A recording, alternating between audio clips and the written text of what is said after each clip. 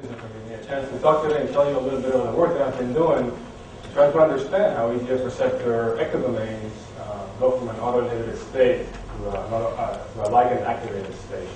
And my talk is really like a prequel to what John Curry talked about yesterday. So he focused on the kinase domain of the receptor, I'm going to focus on the ectodomain. So EGF receptors are, as you probably know, typical receptor tyrosine kinases. Here's a figure showing all the RTK family members known in humans. They all share in common a tyrosine kinase domain on their intracellular region, which becomes activated in most cases when the receptor binds in response to its cognate ligand. Now, we know a fair amount about what these inhibitors on the left look like and what they do. They've been studied fairly extensively, including the EGF receptor. Less is known about these families on the right. There's increasing evidence that they're involved in development and in disease, and this is something that some people in Mark's lab are actually trying to tackle. But I won't tell you about that. I will tell you a little more about EGF receptors. There are 4 EGFR family members found in humans, and this is the diagrammatic representation of what a prototypical EGF receptor looks like. Tyrosine kinase domain, which you've heard in great detail about yesterday. We'll focus on the ectodomain itself. And there are 2 main types of domains in the ectodomain. The ones shown in red, domains 1 and domain 3, shown here, are responsible for binding to ligand. And they are solenoids of the leucine-rich repeat type. And we think from crystallographic studies that they're fairly rigid bodies, so this is not exactly certain. The other 2 classes of domains are domains 2 and 4. And these are involved in dimerization and receptor auto-activation. And their structural these domains are actually really quite different, because they're structurally determined or defined by the formation of a series of a specific pattern of disulfide bond formation shown here. And unlike domains 1 and 3, domains 2 and 4 are really quite flexible, and it's this flexibility that is exploited by the receptor going from an auto-activated configuration, from an auto-inhibited configuration to an active configuration. And finally, the ligands. All the ligands are known to bind the EGF receptors, ERB3 and ERB4 as well, are of the EGF type. And the structure of the fold of these proteins is also dictated by the disulfide bond formation, and they're actually a little bit like a small piece of domain 2 that has become spliced up, but not quite. So, we've learned really quite a lot based on crystallographic studies of what an EGF receptor ectodomain does and how it becomes activated. So, in the absence of ligand, EGFR or ERB1, and I'll probably use both names, ERB3 and ERB4 are known to exist in this auto-inhibited state, this tether contact state, where the dimerization region in domain 2 and the dimerization arm is buried in intramolecular interactions with domain 4. And this is thought to exist perhaps in some sort of equilibrium where it's mostly closed and then sometimes it springs open and closes again. So, by one mechanism or other, when the receptor sees the ligand either pops this thing open or simply traps the receptor in this extended configuration. And you can see there's a very dramatic change that goes from this state to this state. So the ligand effectively cross-links domains 1 and domain 3. It keeps the receptor in this extended configuration.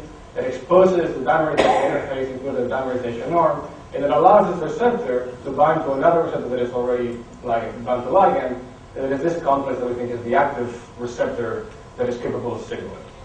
Now, this is true what I've told you, we think, for EGFR, and their structures of this auto-inhibited state for ERB3 and ERB4, the ligands are similar, so we think those function by a similar mechanism.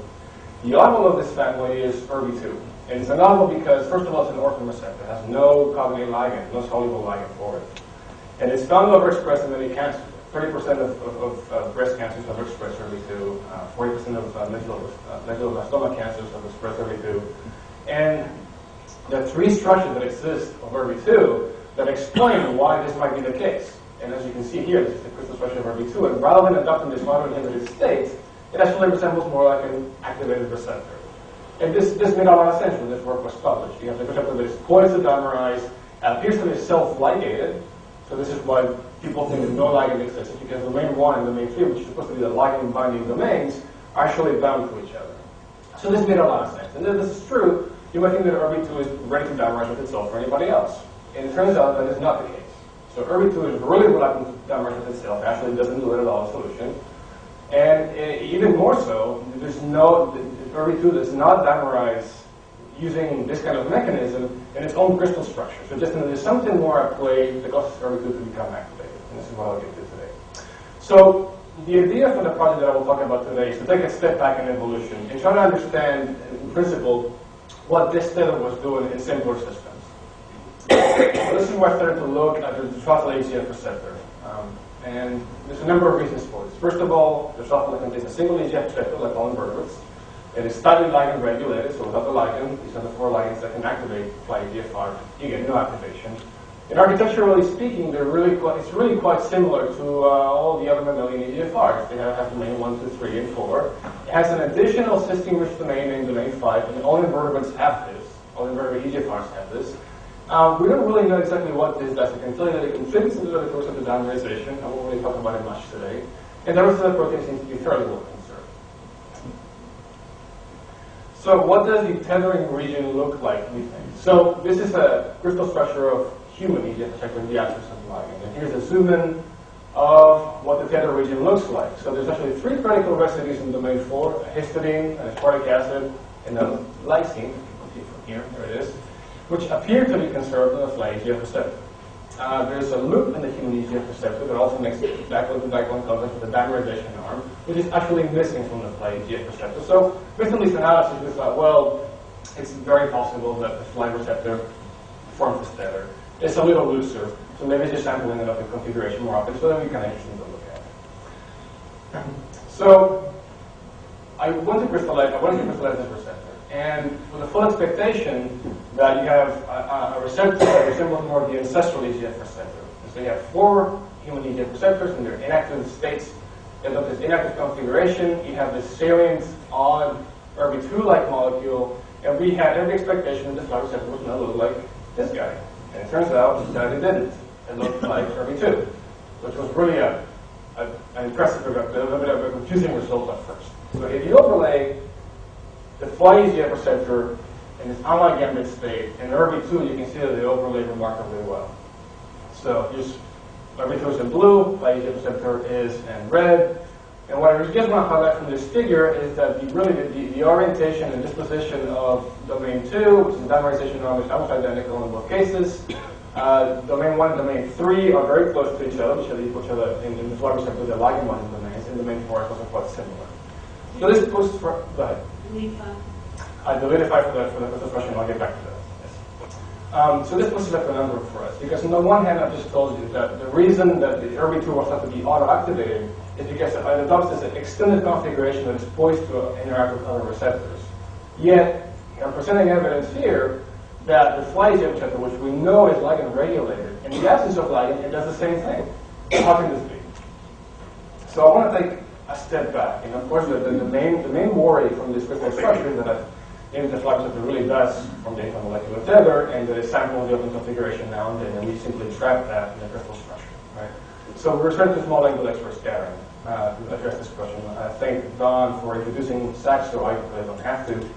But suffice to say that this technique has really been used widely, and it's certainly by our group, to tell apart receptors that are in the auto-inhibited state, in the compact state, and the extended state. And they actually undergo a massive change in their Dmax and their RG. So very simply, all I want to do is take the fly EGF receptor, scatter it, and see whether it looks in solution more like RB1, with a lower Dmax, a smaller, less a smaller, more compact molecule, or like RB2, with it's completely extended, or whether it's going to do something in between. And so it turns out that I scattered this receptor, and it looks exactly like RB2. The Dmax, the 130 angstroms, just like RB2. The RG is consistent with the molecule being fully extended in solution. What I'm showing here is the crystal structure that I just presented, top into an envelope that was derived from this scattering data using diamond, which was described earlier today. So this was good news. But of course, there's the issue of domain 5. So fly receptors contain this 5th domain, and it is entirely possible this domain 5 is a surrogate platform for this tether formation. So it could be flipping up and forming a surrogate tether. We just don't know. So I scattered the full-length ectodomain protein, and that's not the case. All it really turns out to happen is that domain 5 is just a continuation of domain 4, so this tethering doesn't really happen in the fly receptor. And I also have some notation analysis that I agree with this data, but I'm just negative %. So to recap, we have an auto-inhibited receptor that is ligand regulable. We have an extended receptor that is thought to be auto-activated because it's extended. And we have a receptor that is ligand regulated and would have the ligand and about the same configuration, which makes us wonder, is this receptor really auto-activated, or is it actually auto-inhibited in a different way? And should we start to look for ligands for this receptor? So we've I think, gained a lot of knowledge by doing overlays of these receptors. What I'm showing here is the unliganted fly receptor, the inactive human EGF receptor, and ERB2, overlaid on domain 1. And what I want to point out from this figure is that the relationship of domain 1 and domain 2 and all three receptors is very, very similar. You can see that domain 1 and domain 2 actually form contact. It's not so obvious here, but I'll present that a little more clearly later. And the organization of domain 2, the actual bend, and the position of the dimerization arm is nearly identical in all three receptors, suggesting that ERB2 is actually an inactive receptor. When ligand binds the human EGF receptor, shown here in green, I've actually did the ligand for the sake of clarity. The ligand, and this is a conformational change where these contacts here, and I'll show that in a second, are actually ripped. The domain 2 and the human receptor is actually bent quite substantially, and the dimerization arm is repositioned. And this conformational change is necessary to form a fully active high affinity dimer that we think is the signaling component. Again, what we think must be happening with the fly EGF receptor is that the EGF ligand wedges itself between domain 1 and 3.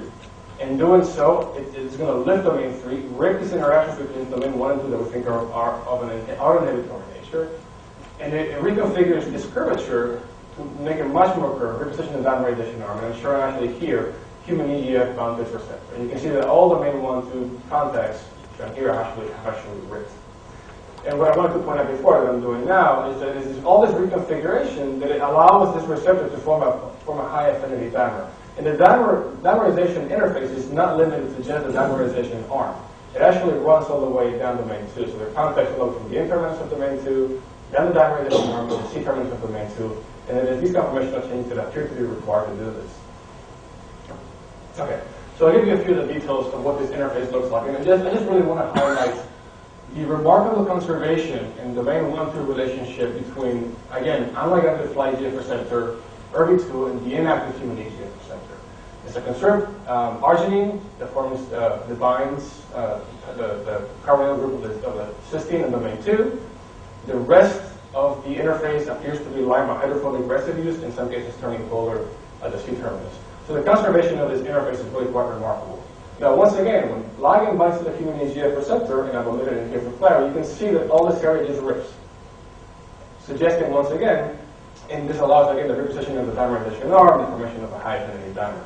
So we think that these are auto-inhibitory interactions. Now, to help confirm this, it turns out that mutations in this arginine and this alanine have been found in human glioblastoma patients. And these confer the receptor with a gain of function properties, suggesting again that these are auto-inhibitory interactions. Further, I've mutated some of this interface in the fly EGF receptor, and I've just shown you a couple of the mutants that I've made. And what happens when I mutate this interface in the fly EGF receptor is that you get a gain of function, a gain of affinity for its ligand. So again, everything firming up with the idea that the main 1-2 contacts and inactive ERBs are really of an auto-inhibitory nature. So there seems to be more at play because I'm talking about domain 1-2 interactions, because it turns out part of the reason that ERB2 was thought to be self-ligated and auto-activated is because the ligand binding pocket was completely closed. And you can see that in ERB2 there's a whole bunch of interactions that really line this. And when it was published, it was a sensible conclusion. I believe that. I thought it would seem very reasonable. But it's also just as reasonable to assume that these are auto-inhibitory interactions just as well. And the reason I think that is because something similar is going on in the unliganted form of the fly EGF receptor, albeit to a lesser extent. The nature, or just the fact that domain 1 and 3 are kind of bound to each other, I think suggests that these interactions in ERB2 are also auto-inhibitory. And ligand, once again, when it binds the fly EGF receptor, presumably we have to disrupt all of this. Okay, so what are the take-home lessons from what I've told you so far? What does this mean for ERB2? So we think that the published structures of ERB2 represent inactive receptors. Okay? So if ERB2 is not constitutively active, and if it's really auto-inhibited, then how does it become active? And one possibility is that it simply just dimerases with other activator EGF receptors, and it's known to do this. Another possibility, which does not exclude the first possibility, is that every cooking signal is a homologs that is activated by its own ligands. So why has no one found the ligand before? And because people have been looking for soluble ligands. It's entirely possible that there are membrane-associated ligands, either by transmembrane domains, by interactions by lipid groups, or what have you, that pre-concentrate the ligand in the membrane and have enough energy, if they're prearranged properly, they have enough energy to rip the main 1,3 interactions from every 2 and actually activate the receptor. And we had a clue as to what this might in fact be the case, and this is somewhat tangential. But as it turns out, the second transgroup I want to show that the fly EGF receptor ligand splits. It's actually polymethylated at the N-terminus. Polymethylation of splits at the N-terminus displays the protein at the cell surface. And if you get rid of the polymethylation cysteine or the polymethyl transferase, you actually lose staining of splits at the plasma membrane and you lose activity in vivo. Okay?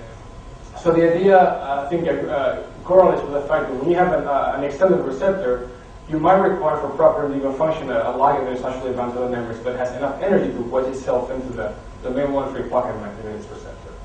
This also plays into sort of the evolutionary slant of this talk, and that is if the ancestral receptor did not have a tether, auto-inhibitory tether to domain 1, 2, and 4, then why did an auto-inhibitory tether ever evolve?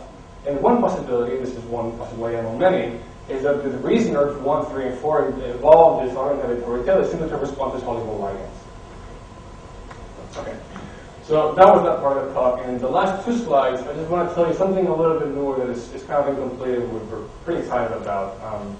So this has to do, it relates to the long-observed notion that binding of EGF to its receptor, if you take the full-length receptor in the context of being expressed in the cell, is not straightforward. It actually displays, if you plot those data, you get concave scatter plots that are consistent with either heterogeneity of binding sites, like multiple independent classes of binding sites, or negative cooperativity. And there's been quite a lot of debate in the literature for many, many years. There's a number of papers that argue that negative cooperativity has to be the case. But the most recent one by Linda Pike's lab is really actually quite elegant. She shows quite convincingly that the binding of EGF to its receptor has to obey negative cooperativity properties. The problem with this is that the structures that we have available and the properties of the human EGFR ectodomains are really hard to reconcile with this finding. So what's required for negative cooperativity? Here are the possible equilibria between ligand binding and pseudo dimerization that can occur if we omit higher order oligomerization.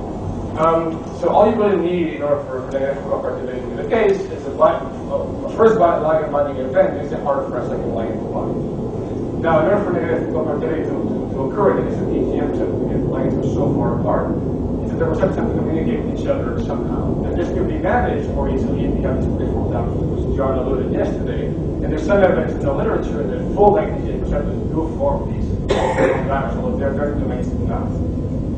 So I get to tell you now the remainder of the crystallographic story that I just told you. As it turns out, the fly EGF receptor forms a crystallographic dimer that is mediated by a dimerization arm, which we think represents this species, at least in flies. Maybe not in humans, maybe it does. And before you deal with crystal artifacts, I can tell you that this dimer does exist in solution. It forms with an affinity of about 35 micromolar. And if I mock the dimerization arm, that also part never forms. So we think we have at least a structural handle of what a preformed dimer ectodomain might look like. But in order for negative cooperativity to occur, one might like to trap such a species, one ligand with a receptor complex. And so, with the help of a graduate student in the lab, Daryl Klein, we made a form of the ligand that is truncated at the C-terminus and binds the receptor about 10-fold more weakly than the full-length ligand. And what this ligand does, and here's a preliminary view of the new structure that I have, is that the ligand binds to one pocket and not the other. So, and more importantly in this case, the reason we think that this really highlights what negative cooperativity might look like is that it establishes a completely asymmetric dimer. So what we think is going on is the ligand binds, as I described before, into one of these two equivalent pockets. It lifts domain 3, it rips domain 1 to interactions, and it forges a whole new set of interactions between domain 2 of one receptor and the other. So now you've got you've gained about 600 square angstroms of very surface area between these two receptors. And now, we can only speculate about what happens in this side. If you were to use the high affinity ligand, what might happen? One is it has to accommodate itself into this pocket however it can. And the other one is that it has enough energy to re-rip all these newly forged contacts in order to restore the symmetry that we see with the human EGF receptor. And that is all I have. And with that, I would like to thank Mark Lemon, my advisor, who's an absolutely fantastic person to work for, and I'm very fortunate to be in his lab. I'd like to thank Daryl Klein, who I mentioned, he's an MD PhD student who just graduated, and he's working on tangentially related things to what I'm doing. But without him, I don't think I would have been able to do most of these things. And the rest of the lab members, John, Kat, Sandeep, Dean, Tanzelman, and the two new acquisitions in the lab, Nick and Scott. And I really want to spend 10 seconds just thanking a past lab member, Carter Narayan, who's actually working at Merck now, and our neighbors, Greg Rendine and people in his lab, and Kit Ferguson and people at their lab, because without them, I'd still be trying to figure out how to grease trays instead of hanging drops. And you guys really got me by the hand and doing all this crystallographic stuff that I had nothing about. And finally, I want to acknowledge collaborators that hadn't really participated in this project, but we have other collaborations going on, and funding from them and running with the NIH. And with that, I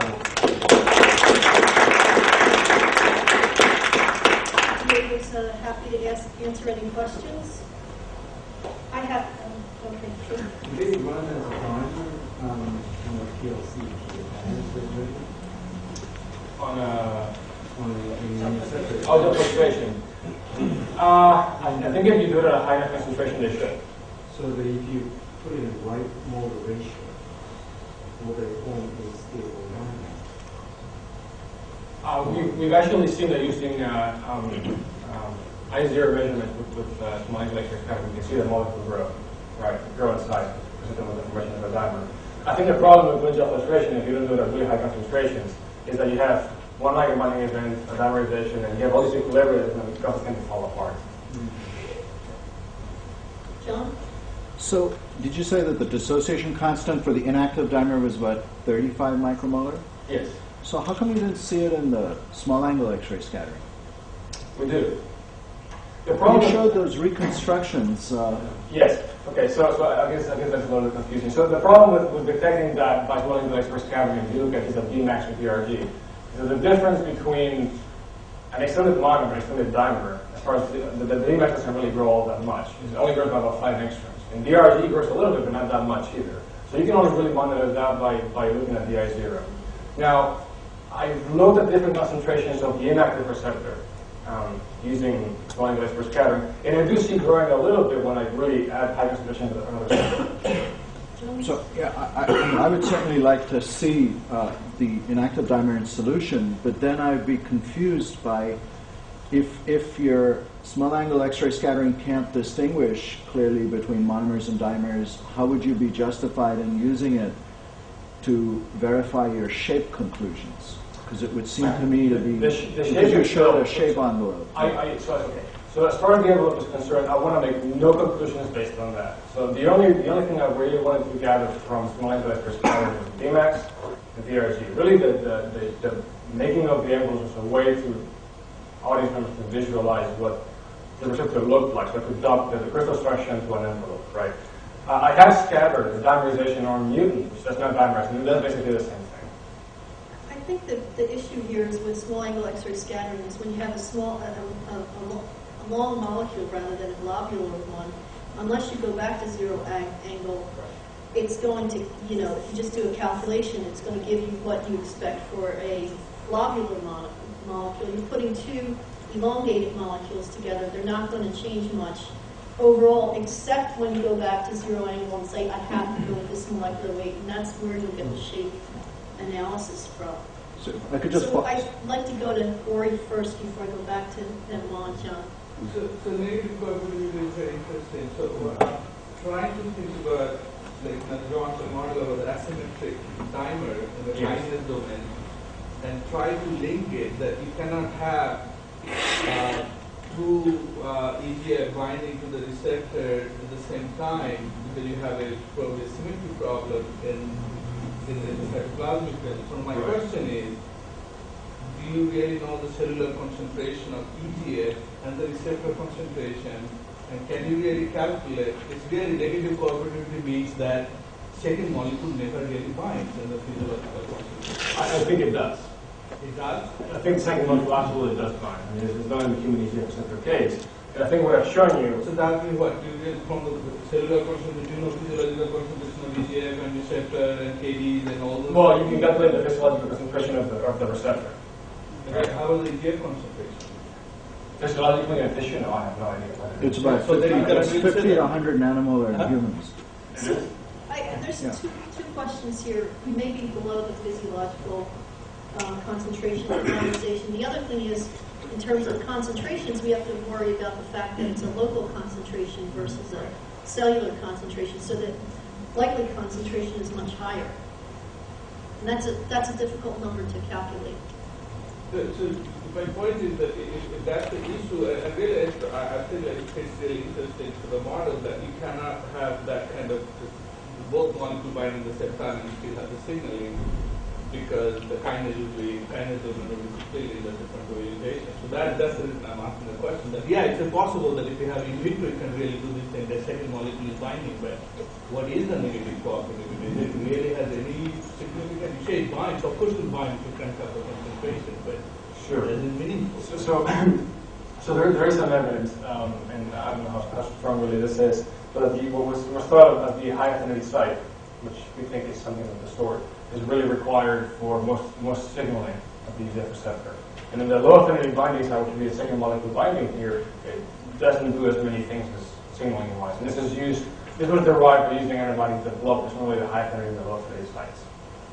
Okay, we have time for a couple more. Benoit and then Joan. I just wanted to say that I think that when you try to derive the ab initio envelope from the solution scattering, there are underlying assumptions about how this is done in terms of curvature and how much, what's the topology, like is it a donut or is it, Sure.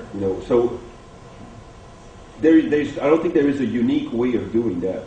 So No, absolutely. I mean, I really want to stress that the envelope that I'm showing, I could have shown a few of our curves. That's and right. the two numbers, and I would have given you the same information. Exactly. Right.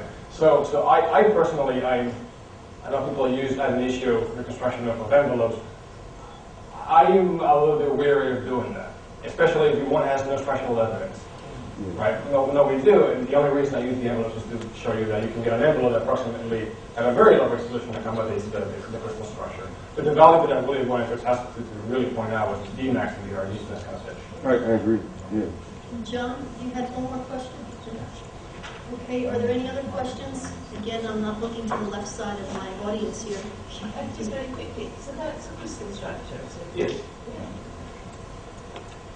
Okay, that's where the truth lies.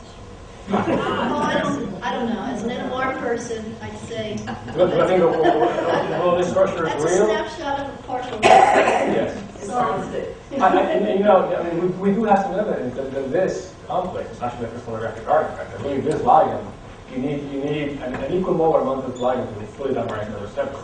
But I think what this structure really tells us is that, first of all, it's something intermediate. And second of all, it really highlights what the high affinity is, what the site is, and what the low affinity site is. I have just a very quick question. And also I want to point out, I think you told me you did your PhD in flight genetics. Yes. Is that right? So that's great.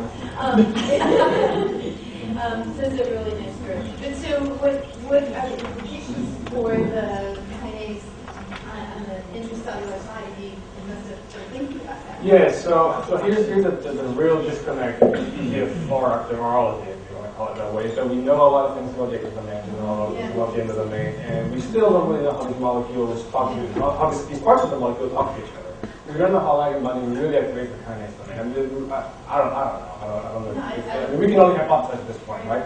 So what I can tell you, with some evidence that I haven't shown, is that I think that receptor dimerization is required for activation, of course, but is not sufficient. So you can't just memorize, as shown here, a receptor and ask it to be activated. It's not going to do it. And what I think, the piece of data that I have that I haven't shown that I think is, in my mind, fairly convincing, is that the C-elegans EGF receptor ectodomain dimerizes very strongly in the absence of ligand. And in fact, it dimerizes as strongly without ligand as human receptor and the fiber can do it with the ligand. And only in cellular context until it sees the ligand doesn't become active. So the ligand, in that case, doesn't seem to be inducing dimerization. You get the conformational change of this sort or any other. It's a lot that is being transmitted to the kinase domain, but through some mechanism. And maybe it's taking Johnson active structure, ripping it apart, and setting up the active structure, something of that sort. And the one last thing I really want to point out is if you look at the relationship between domain 4, one molecule, and the inactive dimer in the other, and that of the half-active dimer, it really has changed very substantially. And you can imagine that that might be transmitted and rip the TM domains or bring them together or pull them or yank them or do something, and that goes into the end of the domain and rearranges what the kinase domains look like, or their orthogonal. But that is pure speculation on my part. So when it's also like insulin receptor, which is always the Right. dimer, so Precisely. yeah. Well, I'd like to bring up my one thing is, are they wagging already? We captured them in one, and then when you count the first ligand, that you actually capture the secondary conformation. That would be an interesting thing the two domains, whether or not they actually go between here and here, and equilibrium-wise, such Very that this is positive. the one you crystallize, but when you open it up once the ligand binds. So does the tail wag the dog, or the dog wag the tail? Yes. So with that, I'd like to thank Diego for a very nice, stimulating talk.